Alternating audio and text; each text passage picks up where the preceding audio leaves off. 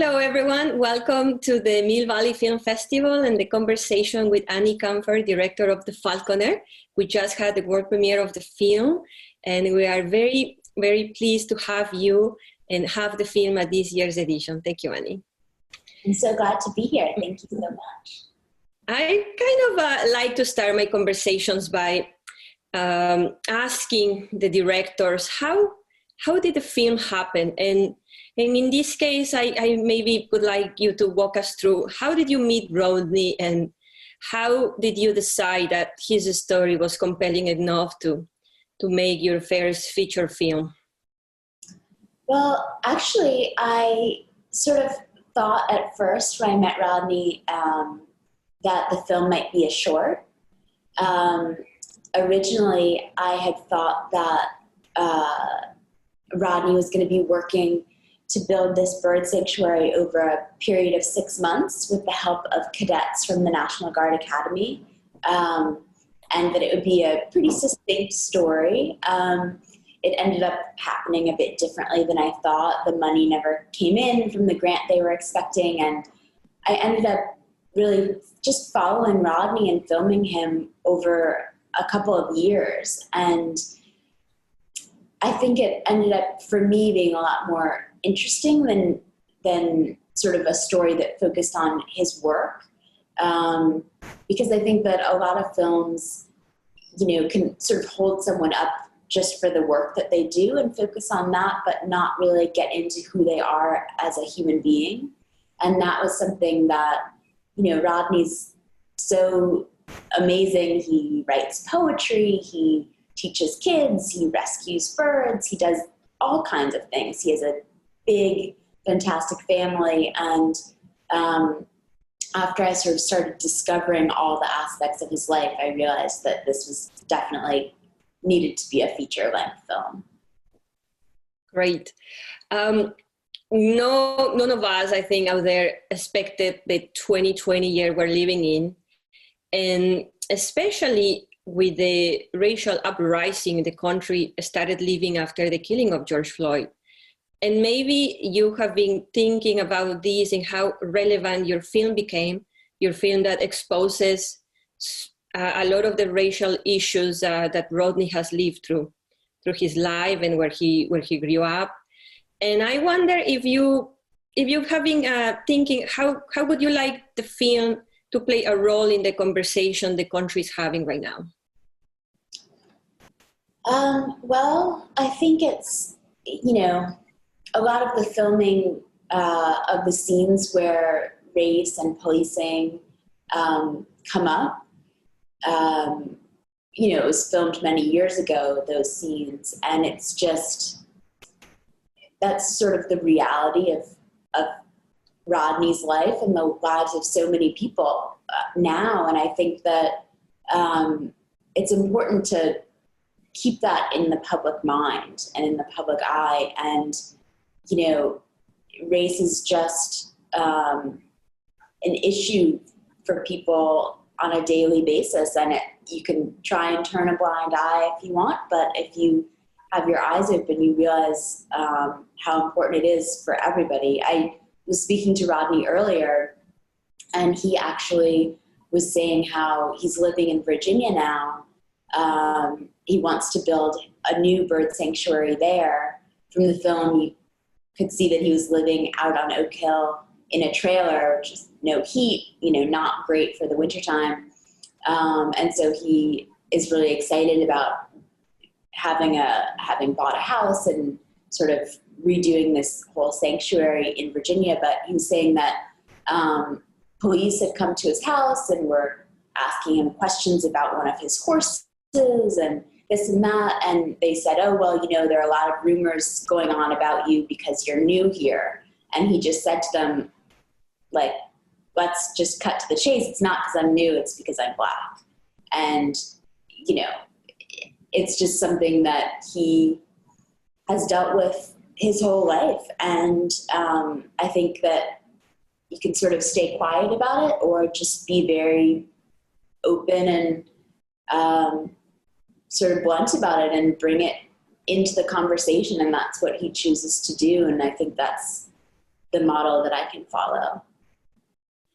What was, and maybe even this will be part of your answer, what was for you the hardest part following Rodney's work?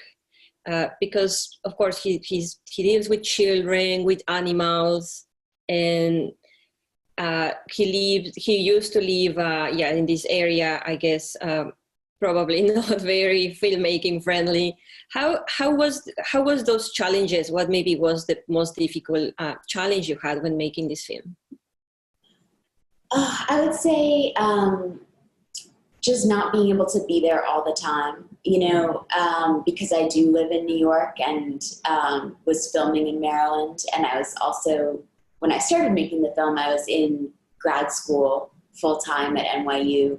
I couldn't just be there all the time when something exciting was happening, or just to capture everyday life. And it would just be, I'd have all these disappointments where Rodney would say, oh, yes, and yesterday I did this. And I'd say, oh, I wish I could have filmed that. I think when you're following someone, and especially in all aspects of their lives, everything could be relevant to the story. So, but I ended up with 100-some hours of footage, and I guess cutting things out was also really tough. There are a lot of scenes that I really wish made it into the film that ended up on the cutting room floor. Probably those two things. Is he the only Black Falconer in the country, or do we know of anybody else? I think he's one of about 25. I don't personally know any other Black Falconers, but I know that Rodney does. And so there are very few. There are also very few female falconers. It's a very white male sport, but I think it's, says something that Rodney's sponsor is a woman. Mm-hmm. And regarding to that, when you probably had this firsthand story more than us, when Christian Cooper was accused by this woman in Central Park, waterboarding, because he was a Black man, he got this outpouring support from all over the world, basically. Do you think Rodney has a lot of support on what he does, especially the education part? Because you see the film, you see what he's doing, and you could imagine, wow, it's great, and I'm sure he has a lot of support, but is that the case? I don't think so. It's amazing that Rodney's been on 60 Minutes. He's been, on NPR. He's received a fair amount of media attention, but I think that a lot of times it can just be an interesting story that people hear, and then they sort of never think about it again. I do think that, if anybody does want to learn more about Rodney's work, going to his website is a great place to start. It's rodneysraptors.webs.com. And, he was, like a lot of people, really hard hit from COVID, because a lot of the education work he does is in person, and he hasn't been able to do that. But he definitely is open to support and letting people know about his programs. I think that there are all kinds of ways that you can get involved if you're so inclined. Great. One more kind of feeling this for you. I know you had plans to premiere the film this year on a big theater with people, and unfortunately this year was not up for that. And I would like to know where you see now the film. What would you like to see the film doing in the coming months, the coming year, and hopefully when we are able to see it in person too? Yeah, it was really disappointing. We had a big premiere screening scheduled for late March that had to cancel a few weeks in advance. I think I would like people to see the film at this point. At first we were kind of holding back. Let's wait for when theaters reopen, but who knows when that will be and when it will be responsible to encourage people to gather again. But I do think that I'd really just like the film to be available and to be seen by as many people as possible. So I'm so glad that it's taking part in Mill Valley and a handful of other festivals throughout the fall. And my hope is that it can maybe be available on television or streaming. We're working with a fantastic sales agent, Cargo Film, who's going to be working on that throughout the fall, both nationally and internationally, to try to just get the film in front of as many people as possible. And then after theaters do reopen, maybe in the spring, we can have some in-person events too, because it really does make a difference when, I was envisioning Rodney flying a bird after the screening and people getting to ask him questions. And I still hope that can happen at some point. Yeah. When did Rodney see the full film, the finished film? Or had he seen it? Pretty much as soon as we finished, which was late 2019. And yeah, I showed Rodney a cut at one point at a big, in a theater at the Patuxent Wildlife Refuge. They lent us their screening room, but then he just watched the finished film on a computer. So again, not super, a little bit anticlimactic, but I think it was important.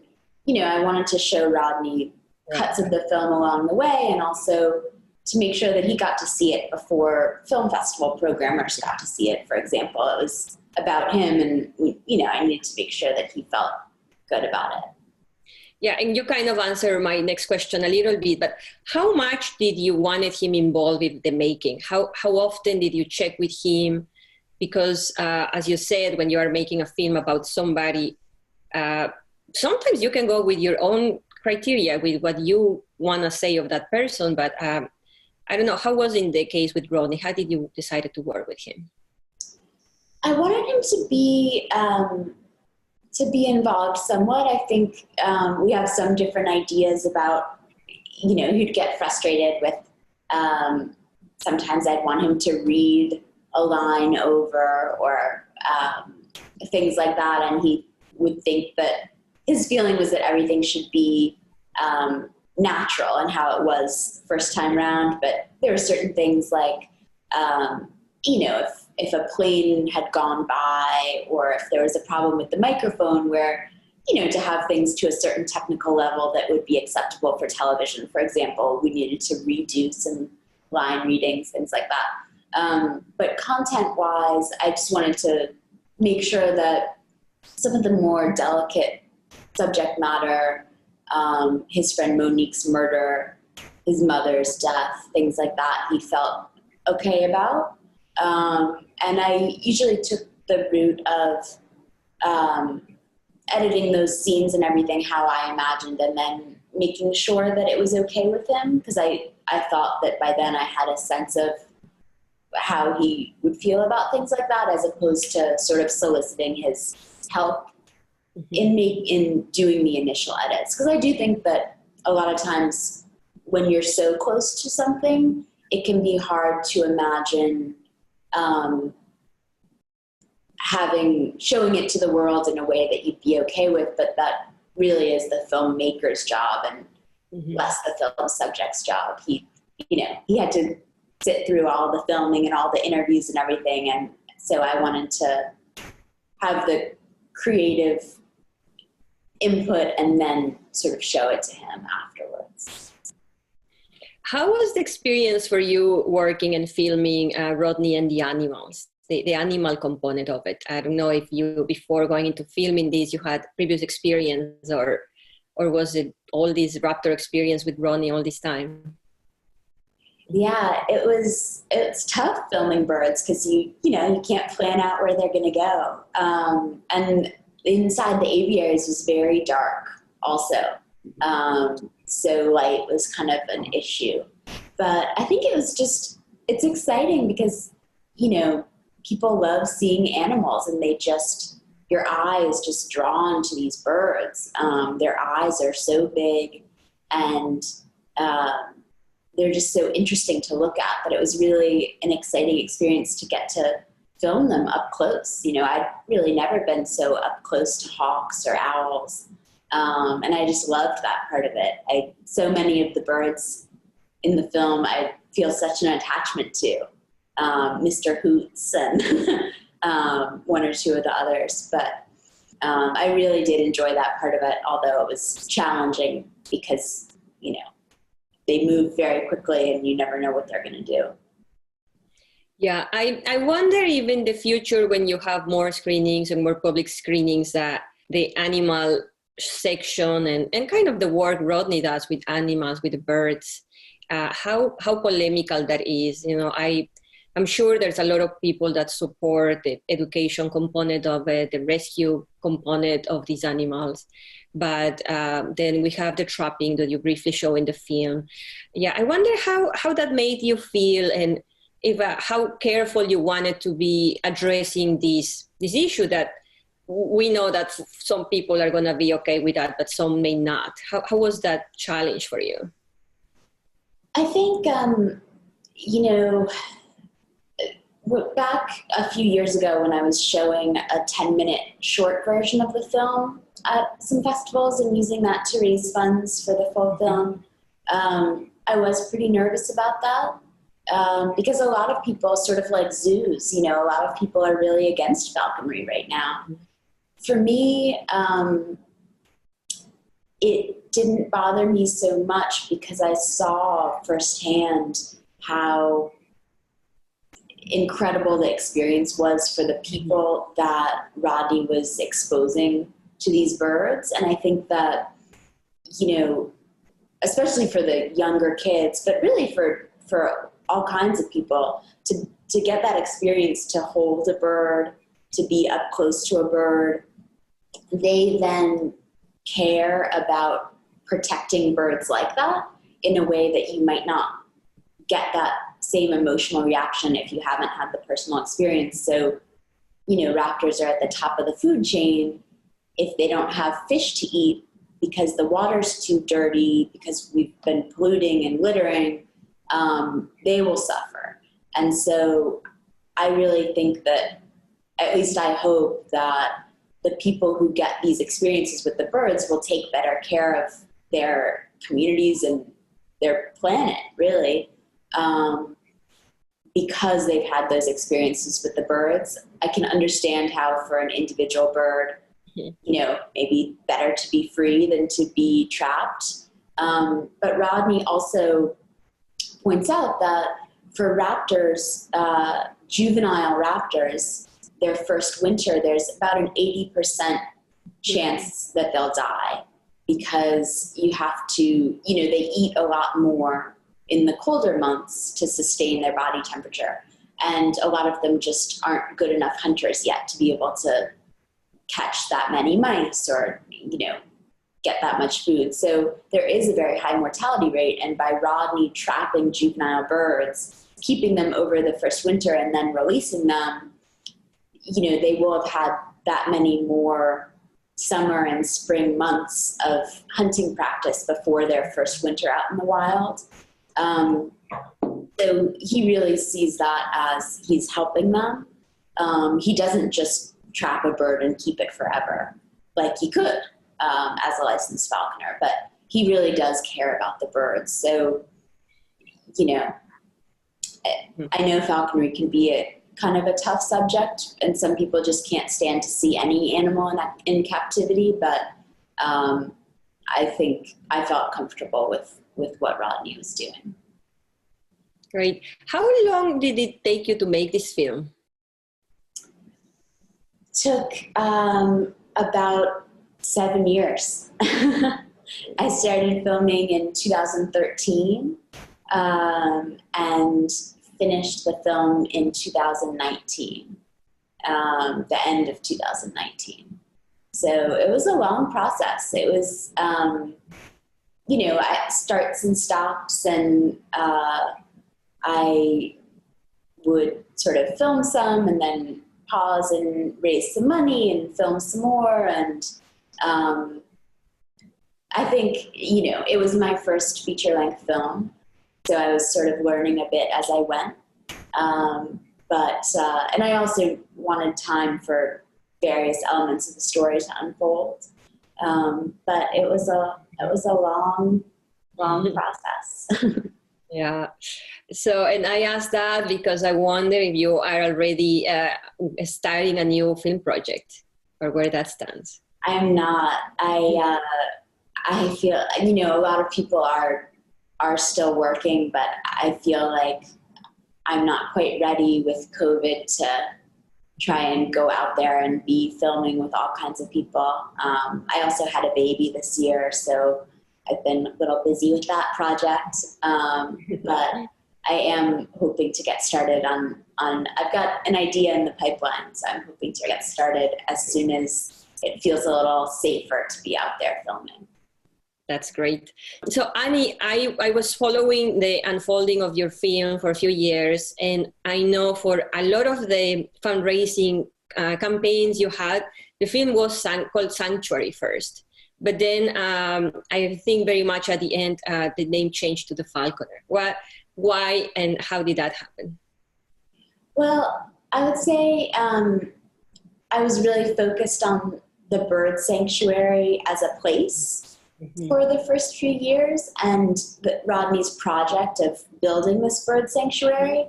And I really liked that title because I felt that the actual physical place was a bird sanctuary that he was building, but he also sort of found sanctuary in his experience with animals and basically in his experience being with animals, birds, horses, his dogs. But in the end, I do really think of this as a portrait film about Rodney, and I thought it would be more appropriate for the title to reflect really what the film is. And it's a film about Rodney, not about his work. So I wanted the title to be about him as a person. Great. And to finish this conversation, Annie, if our audience wants to share information on where to see the film, how to find more information when it's available, where should they go? So our website is thefalconerfilm.com, and we will continue to post information there about screenings. We also have an Instagram and a Facebook, The Falconer Film. So feel free to look us up there. And we'd love to keep in touch and appreciate your help with spreading the word about the film. Yeah, thank you so much, Annie. We really regret not to be able to have you and Rodney in Mill Valley this year, but we hope in the future we can come back when things go back to a little normal. Thank you so much, Maribel. I'm so excited to be part of Mill Valley in virtual form, and wishing you all the best for the rest of the festival. Thank you so much, Annie.